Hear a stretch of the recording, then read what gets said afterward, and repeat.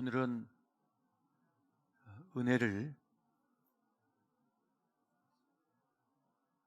깨달았다, 그리고 은혜로 살았다라고 하는 그런 제목의 말씀을 함께 나누고자 합니다.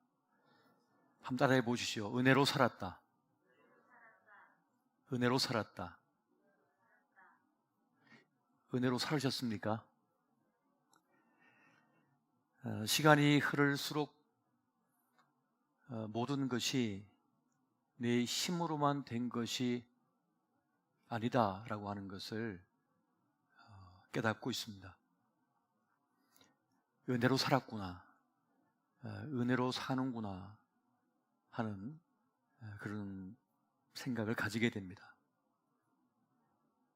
수레는 내 힘으로, 내 생각대로, 내 뜻대로 다 이루었구나, 그렇게 생각을 했었는데, 보이지 않는 손이 함께 하셔서 나를 이끌고 계시구나, 이곳까지 이렇게 하셨구나 하는 생각을 많이 가지게 됩니다. 어제 원로 목사님 댁을 잠시 방문해서 차를 나누면서 담소를 그렇게 나누었습니다.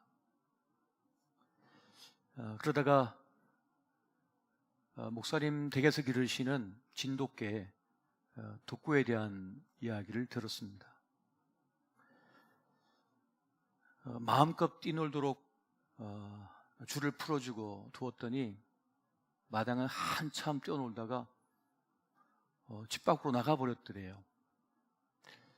촘촘하게 울타리가 더 있어서 못 나갈 줄 알았는데 어떻게 뚫고 나갔는지 이렇게 나가버린 겁니다. 밥 먹을 때도 대가 되어도 안 들어오고, 그렇게 이름을 불러도 돌아오지 않더라는 거예요. 그러니까 점심때가 지나고 이제 저녁때가 다 되었는데도, 주변이 어둑어둑해지는데도 돌아올 생각을 안 하더랍니다. 그래서 덕구야 하면서 이렇게 산을 더들어 이렇게 들러 이렇게 소리를 치면서 이름을 불렀대요. 그래도 이렇게 아무 기척이 없는데 저 산등성에서 낑낑하는 소리가 들리는 것 같더랍니다. 그래서 혹시나 싶어가지고 그 산속을 막 들어가셨대요. 한참 보다 보니까, 헤매다 보니까 이 덕구가 이 올가미에 걸려가지고 꼼짝도 못한 채 있는 걸 발견한 거죠. 사냥꾼들이 멧돼지를 잡기 위해서 눈에도 잘 보이지 않는 가는 줄, 올가미를 이렇게 설치해 놓은 거예요. 근데 그것이 얼마나 탄탄한지 이 벤치를 가지고 와서 자르려고 해도 자르지지가 않더랍니다. 그래서 나중에는 나무를 꺾어가지고 그래서 구출해가지고 집에 데려왔다는 거죠. 그 어둑어둑해지는 그 저녁 때 산속을 찾아 들어가서 찾지 않았다면 그렇게 그곳에 묶인 채, 그 사망의 올가미에 묶인 채 그렇게 끝나지 않았을까, 그렇게 말씀을 하시는 것이었습니다. 스스로 절대로 빠져나올 수 없는 올가미가 있는 거죠. 사망의 올가미, 이 죄의 올가미가 있는 거예요. 그 말씀을 들으면서 우리를 구원하여 주신 하나님의 구원이 무엇인지를 곰곰이 생각해 보았습니다. 내가 무엇인가를 할 수 있고 내가 헤쳐나올 수 있을 것 같은데, 아무리 용을 쓰고 내가 가진 모든 능력을 다 동원해 보아도 헤쳐나올 수 없는 그런 사망의 올가미가 있다는 거죠. 그런데 주님께서 오셔서 그를 끊어버리고 구원하여 주신 것입니다. 그렇게 홀로 외로이 죽어가야 했는데 살려주신 것이죠. 이것이 바로 하나님의 구원의 은혜구나 하는 생각을 가지게 되었습니다. 오늘 본문의 말씀을 보게 되면 소돔 성이 멸망할 때 함께 끝날 운명이었던 롯과 그 가족이 어떻게 구원함을 받았는지를 오늘 우리에게 잘 설명해 주고 있는 그러한 성경 구절입니다. 그건 스토리인 것이죠. 근데 이 스토리에서 유독 제 마음을 사로잡는 것이 있었어요. 그것은 15절과 16절 말씀입니다. 같이 한번 읽어보겠습니다. 자, 시작. 동틀 때 천사가 롯을 재촉하여 이르되 일어나 여기 있는 내 아내와 두 딸을 이끌어내라. 이 성의 죄악 중에 함께 멸망할까 하노라. 그러나 롯이 지체하매 그 사람들이 롯의 손과 그 아내의 손과 두 딸의 손을 잡아 인도하여 성 밖에 두니 여호와께서 그에게 자비를 더하심이었더라. 아멘.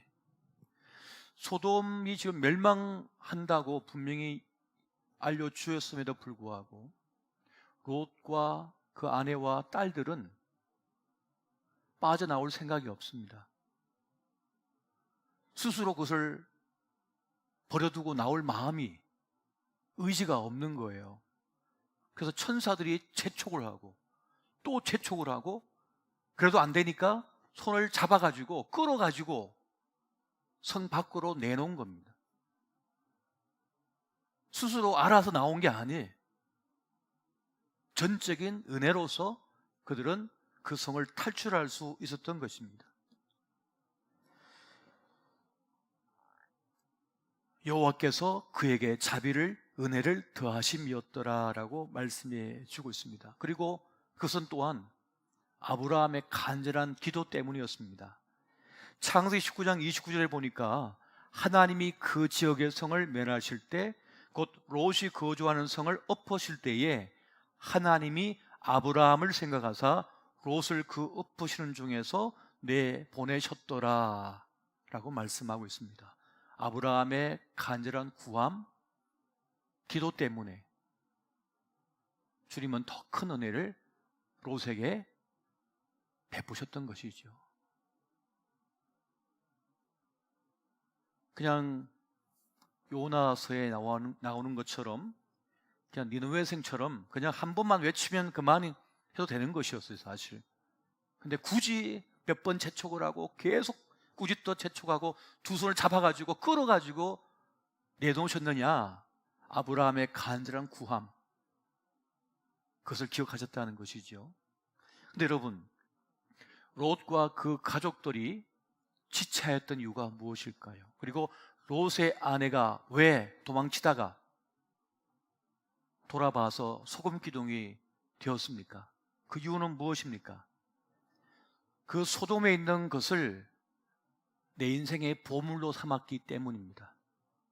사람들은 각자 자기가 생각하는 보물이 있습니다. 또 보물로 여기는 것, 보물로 삼고자 하는 것이 참 많습니다. 내가 살던 세상을 보물로 여기게 되면 그게 자꾸 마음이 가지고 시선이 가지는 거고 고개를 돌아보게 되어 있습니다. 그렇게 많은 사람들이 자신이 보물로 여기는 그것 돌아보다가 죽습니다. 롯의 아내처럼 멸망당하는 거예요. 여러분, 지금 이 롯에게, 롯의 아내에게, 롯의 두 딸의 진짜 보물은 무엇이었습니까? 하나님이신 거예요. 하나님이 진짜 보물이었던 거예요. 그들을 건져 구원해내셨으니까요. 그리고 잊지 않고 계속하여 중보하며 기도했던 아브라함, 삼촌 아브라함이 뭐였습니까? 내 인생의 보물이었던 거예요. 그런데 우리는 진짜 보물을 알지 못한 채 엉뚱한 것을 보물로 여기고 살 때가 참 많습니다. 여러분, 사람마다 보물로 여기고 있는 것이 참 많지요. 뭐가 보물일까요? 사람이 각자 보물로 여기는 건 뭐냐면 내 건강보다, 내 목숨보다 더 귀하게 생각하는 것이 사실 보물입니다. 그걸 지키느라고, 그걸 유지하느라고 내 건강에 망가져도 놓을 줄 몰라요. 막 내 몸이 불에 녹아버리는데도 그걸 꼭 쥐고 있는 거예요. 이게 보물 같은 거예요. 이게 보물인 거예요. 그렇게 볼 때 자식이 보물이 아닙니까? 내 몸이 어스러지고 뼈가 어스러지고 피가 터지고 내 젊음이 다 갈아먹어지고 다 꺾어져도 포기할 수 없는 거, 놓을 수 없는 거, 자식이죠. 그리고 내 소유예요. 소유. 적어도 인생 살면서 아파트 하나를 마련해야 되지 않나? 저 정도는 내가 유지해야 되지 않냐? 가져야 되지 않냐? 해가지고 목숨 걸고 일하고 그걸 지키고자 합니다. 그 사업, 내가 이뤄놓은 사업, 절대 그 놓을 수 없는 이 보물처럼 여기는 것이 있습니다. 어떤 분들은 친구래요. 친구. 내겐 친구가, 술 친구가 보물이야. 술 친구. 그런데 내가 보물로 여기던 그것이 아무 짤데기가 없다고 하는 사실을 깨닫는 순간 사람은 무너집니다. 자식이 부모를 버릴 때 부모는 한없는 절망, 지옥을 경험하게 됩니다. 사랑했던 네가 나를 배신하고 도망가 버렸을 때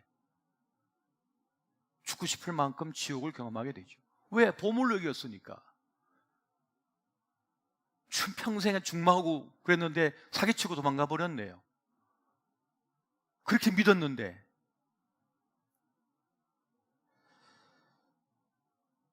여러분, 우리 인생의 진정한 보물은 무엇입니까? 오늘 이 롯의 스토리를 보면서 진짜 구원은 하나님이시라고 하는 것을 우리는 깨닫게 됩니다. 에베소서 2장 8절에 보니까 너희는 그 은혜에 의하여 믿음으로 말미암아 구원을 받았으니 이것은 너희에게서 난 것이 아니요 하나님의 선물이라. 하나님께서 은혜로서 우리를 구원하셨다라고 하는 사실을 우리에게 말씀해 주고 있습니다. 그래서 여러분, 은혜를 깨닫게 되면요, 은혜로 산다고 하는 것을 알게 되면 우리는 감사의 사람이 될 수 있습니다. 하지만 은혜를 모르면 만족도 없고 감사도 없습니다. 불평만 있고 열패감만 느껴지게 돼요. 만족이 없어요. 그러나 하나님께서 우리 각자에게 은혜를 베푸셨다고 말씀합니다. 전도서 5장에 보니까 이렇게 말씀해요. 사람이 하나님께서 그에게 주신 바 그 일평생에 먹고 마시며 헤아려서 하는 모든 수고 중에서 낙을 보는 것이 선하고 아름다움을 내가 보았나니 그것이 그의 몫이로다. 또한 어떤 사람에게든지 하나님이 재물과 부요를 그에게 주사 능히 누리게 하시며 제 몫을 받아 수고함으로 즐거워하게 하신 것은 하나님의 선물이라. 우리 각자에게 주신 그 몫의 분량의 축복들이 있다는 거예요. 복이 있다는 거예요. 은혜로 주어졌다고 말씀해 주고 있습니다. 그런데 우리가 전도서를 가만히 보게 되면 그걸 제대로 누리는 사람이 있고 누리지 못하는 사람들이 있더라.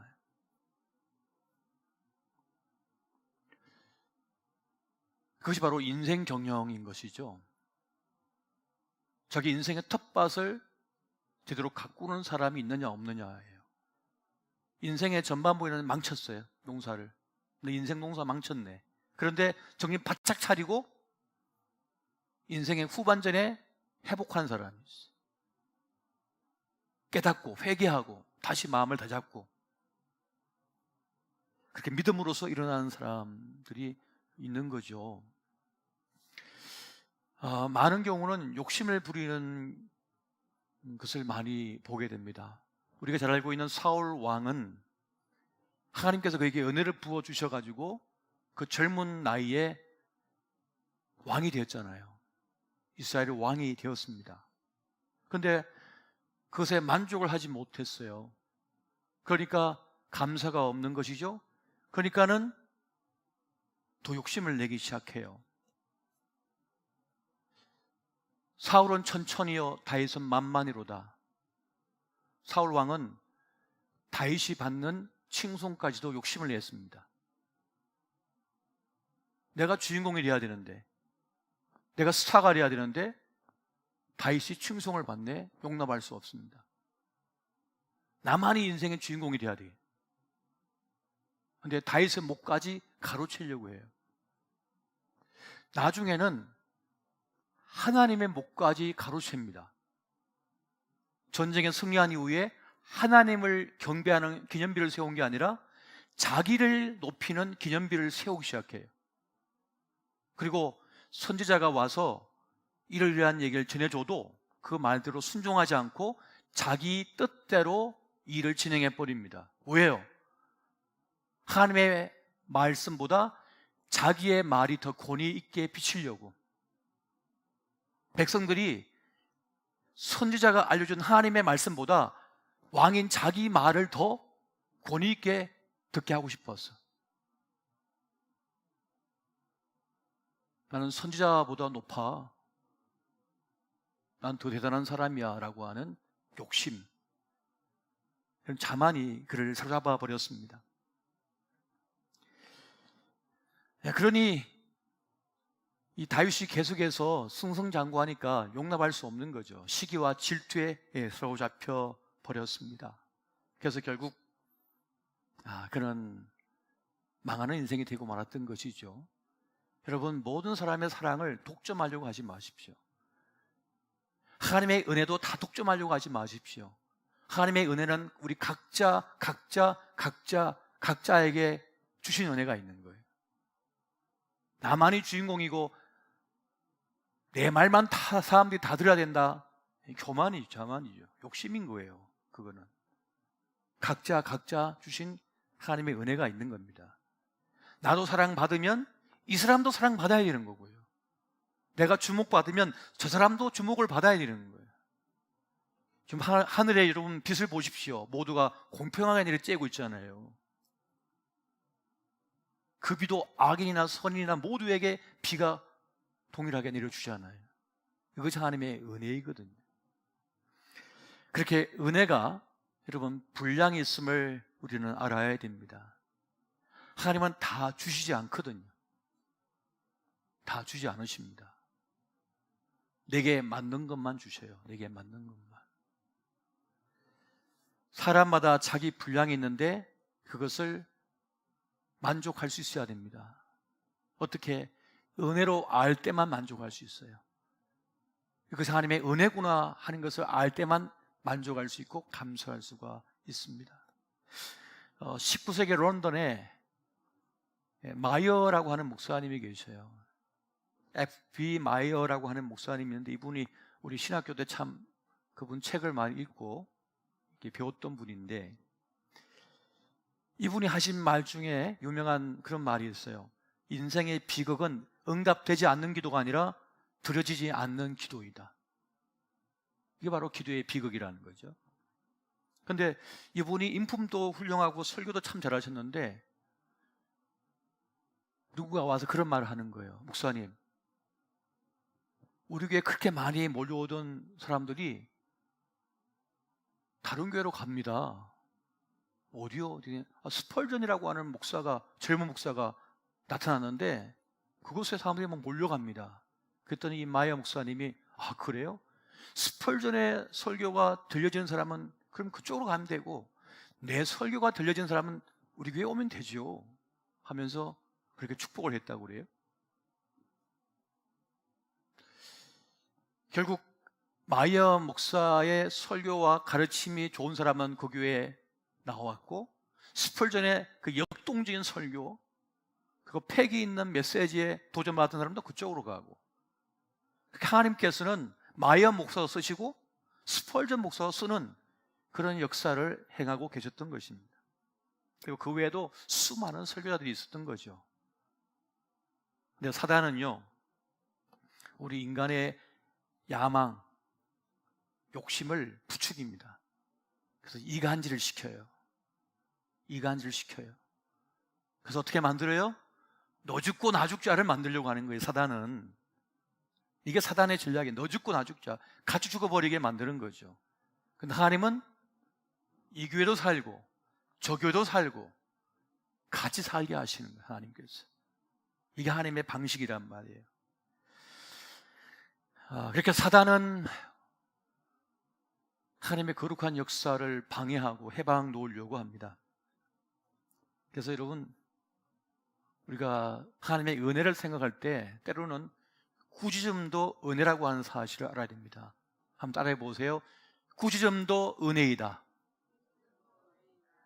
오늘 본문의 말씀에도 나와 있습니다만, 여러분, 롯은요, 그 가족은 스스로 나올 수가 없어요. 그래서 오늘 본문의 말씀에 15절 보면 동틀 때에 천사가 롯을 재촉하이로되 라고 막 재촉했다는 거예요. 빨리 나가야 된다고. 그러나 16절 보니까 그러나 롯이 지체하매 라고 말해요. 지체하매. 들어도 움직일 수가 없는 거예요. 왜? 이 보물이거든. 이게 내 인생의 보물이거든. 이게 못 놓는 거예요. 배가 침몰하고 있는데 내가 그렇게 귀하게 여겼던 금덩어리에 품에 안고 이걸 놓을 수가 없는 거죠. 그래서 같이 끌려 내려가고 있는 거예요. 바닷속으로 지금 침몰하고 있는 거예요. 숨을 더 이상 쉴 수가 없어. 그런데 천사가 와가지고 그 손을 잡아서 끌어내는 거죠. 이걸 금덩어리를 이걸 쥐고 못 놓고 있는데 천사가 와서 그 손을 잡아가지고 끌어내버리는 거예요. 뜯어내버리는 거죠. 그래서 끌고 나가버리는 거예요.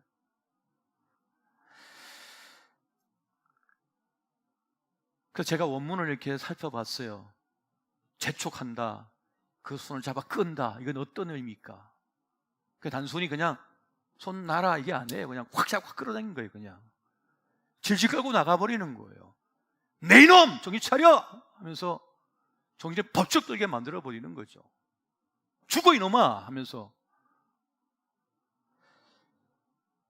그래서 17절에 뭐라 합니까? 이르되 도망하여 생명을 보존하라.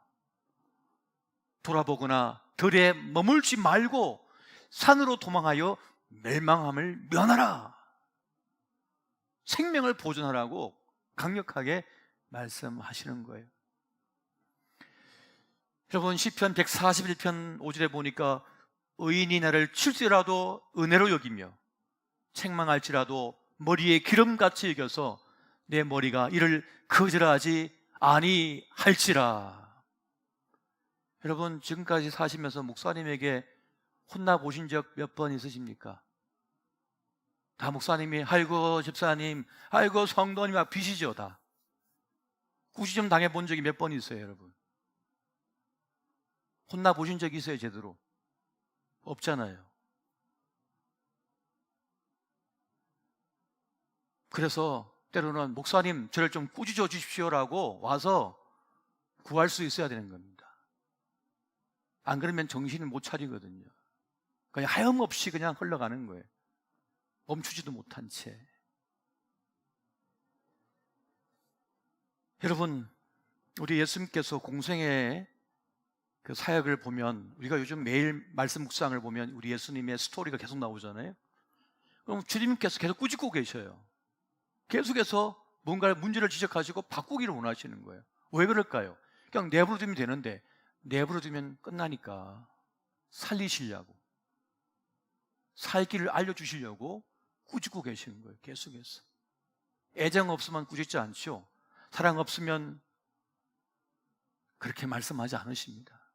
뭐 죽든지 말든지 뭐 상관 안 하는 거죠. 그런데 사랑하시니까, 아끼시니까 바른 길을 제시하시는 겁니다. 누가복음 12장 15절 보니까 이렇게 말씀하셔요. 그들에게 이르시되 삶과 모든 탐심을 물리치라. 사람의 생명이 그 소유에 넉넉한 데 있지 아니하니라. 그래서 세상의 모든 사람들, 지금 이 세상을 살아가는 우리조차도 소유가 나를 살린다고 생각해서, 소유가 넉넉한 데 생명이 있다라고 생각을 해서 끊임없이 소유를 늘리기 위해서 수고를 하죠. 그것이 아니라 나를 진짜 살리는 것은 생명이라고 하는 것을 주님께서 말씀하시고 계십니다. 생명. 천사도 생명을 보존하라 라고 말씀하고 있고, 오늘 예수님께서도 소유에 넉넉한 데 있지 아니하고 생명이 있다고 말씀을 하고 계십니다. 여러분, 나를 규정하는 것들이 있다고 생각해요, 많은 분들이. 그리고 나를 보호하고 지켜주고 나를 살아있게 하고 가치있게 여기는, 숨쉬게 하는 그런 보물과 같은 것을 얻고자 원합니다. 예를 들어서 암행어사, 마패 같은 거, 그걸 얻고자 해요. 암행업사 출두하면서 마패를 갖다가 내놓고 싶어 하는 거죠. 그게 뭘까요? 나 이 아파트 살아. 나 압구정동 살아.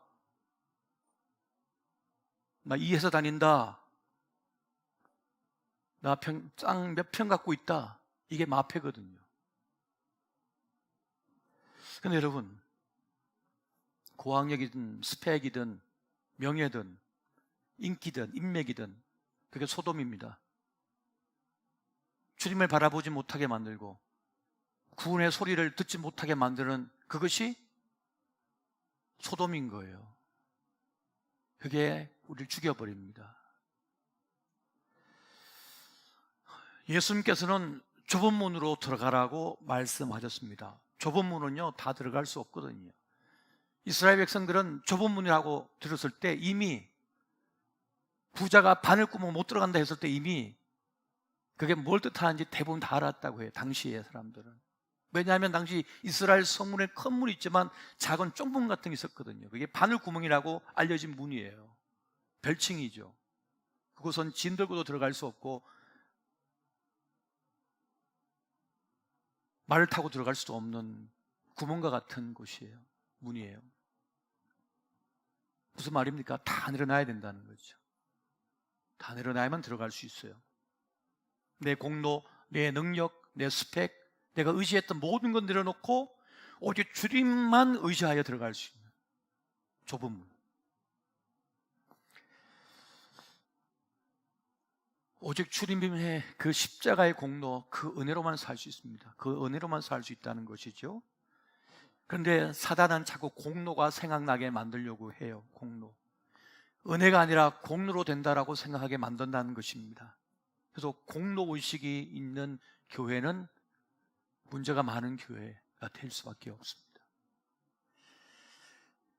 여러분, 교회가 능력이 있는 이유가 뭐냐? 그것은 바로 은혜를 알기 때문입니다. 은혜의식이 있기 때문에 그 교회는 은혜로서 힘 있는 교회가 돼요. 근데 사단은 은혜가 아니라 공로를 자꾸 생각나게 만듭니다. 내가 했다, 내가 다 한 거다라고 생각하게 만드는 것이죠. 여러분, 공로의식이 지배하는 곳에는 하나님 나라가 이루어지지 않습니다. 오직 은혜로만 되어지기 때문에 그렇습니다. 모든 것이 은혜였음을 깨닫는 사람이 철든 신앙이고, 그때 우리는 더 큰 은혜를 누릴 수가 있게 되어집니다. 여러분, 시간이 흐를수록 은혜로 산다고 하는 고백을 더 많이 하게 되는 것 같습니다. 전에는 제가 사람을 좀 안다고 생각을 했어요. 근데 시간이 지나 보니까 모르겠더라고요. 사람을 모르겠어요. 이제는 아닙니다. 내가 일을 다 한다고, 내가 이 일을 안다고 생각했는데 시간이 지나 보니까 아니더라고요. 이게 내가 이 교회 좀 안다 했는데 아니더라고요. 이거는 몰라요. 내가 했다라고 생각했는데 아니에요. 은혜로 된 거였어요. 하나님의 은혜로. 내가 사람을 골라서 세웠다 생각했는데 그것이 아니었어요. 하나님께서 보내주신 것이었어요. 하나님께서 붙여주신 것이었어요. 그래서 일이 되더라고요. 하나님께서 이끄시고 하나님께서 돌보시고 하나님께서 간섭하셔서 되는구나, 그런 고백을 하게 됩니다. 그래서 하나님의 은혜로만 사는구나, 은혜로 살았구나, 앞으로도 은혜로 살겠구나 하는 고백을 하고 있습니다. 여러분도 그러십니까? 은혜로 사셨으니 앞으로도 은혜로 사십시오. 주님께서 그 롯의 가족을 붙잡아서 끌어내시듯 이끄시듯 그렇게 우리도, 우리 가족도, 우리 교회도 이렇게 손 붙잡고 인도하여 주실 것입니다. 그 은혜가 함께 하시기를 예수 이름으로 축원드립니다.